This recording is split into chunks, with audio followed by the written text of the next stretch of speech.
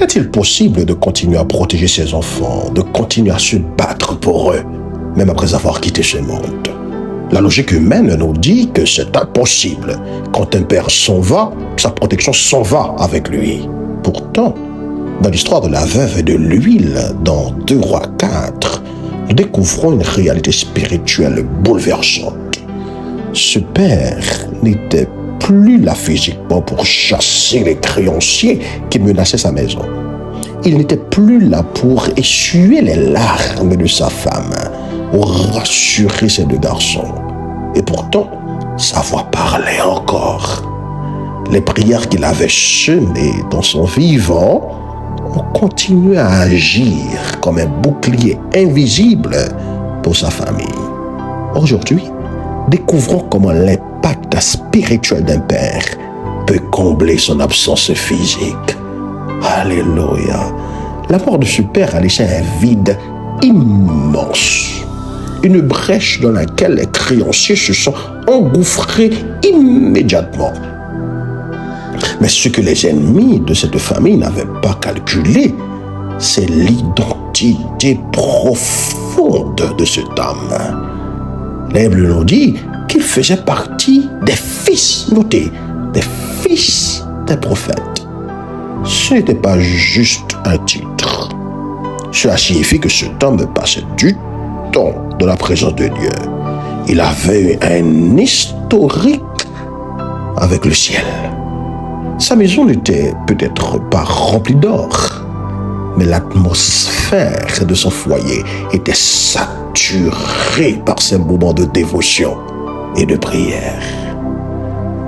Quels sont les principes fondamentaux que ce père exemplaire nous enseigne-t-il à travers son absence? Le premier principe, les prières d'un père ne meurent jamais. Messieurs, les paroles de foi et de bénédiction que vous prononcez sur vos enfants ne s'évaporent jamais dans l'atmosphère. Le corps de ce père était dans la tombe, mais ses genoux fléchis devant Dieu avaient créé une réserve de grâce. Vos prières, messieurs, actuelles, sont des semences, il ne faut jamais l'oublier, éternelles.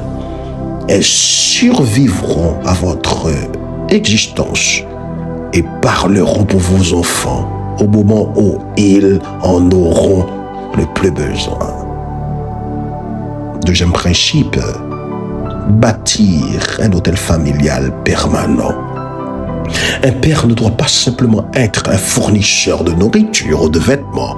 Sa responsabilité première est d'élever un hôtel de prière si solide que, même en son absence, sa famille saura exactement quel chemin emprunter pour trouver le secours. Alléluia. La veuve n'a pas cherché des solutions humaines désespérées. Elle a couru vers l'homme de Dieu parce que c'est ce que son mari lui avait appris par son exemple. Waouh. Le troisième principe, l'absence physique transformée en témoignage divin. Parfois, Dieu permet qu'un vide se crée pour montrer que sa provision ne dépend d'aucun homme, mais de son alliance.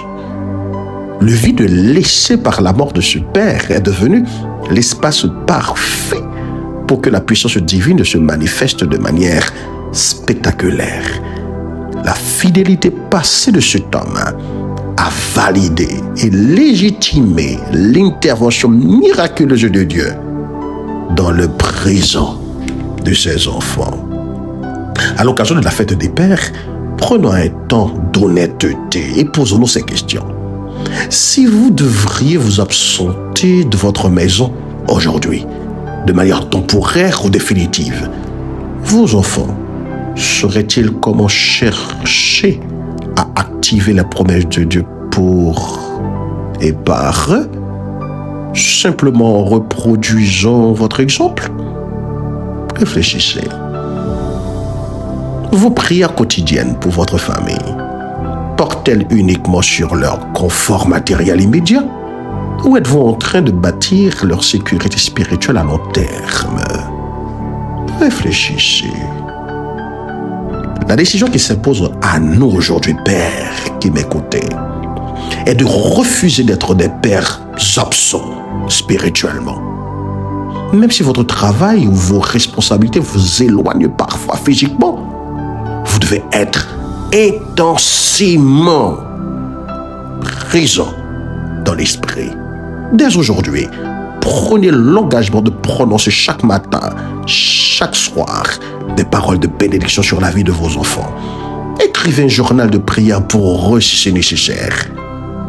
Laissez des empreintes spirituelles indélébiles que le temps, la distance ou les difficultés ne pourront jamais effacer. Je vous invite, Père, à unir avec moi vos voix pour faire cette prière dans le nom suprême de Jésus. Dites avec moi: Seigneur, je déclare que mes prières pour mes enfants sont des semences éternelles que rien ne peut détruire.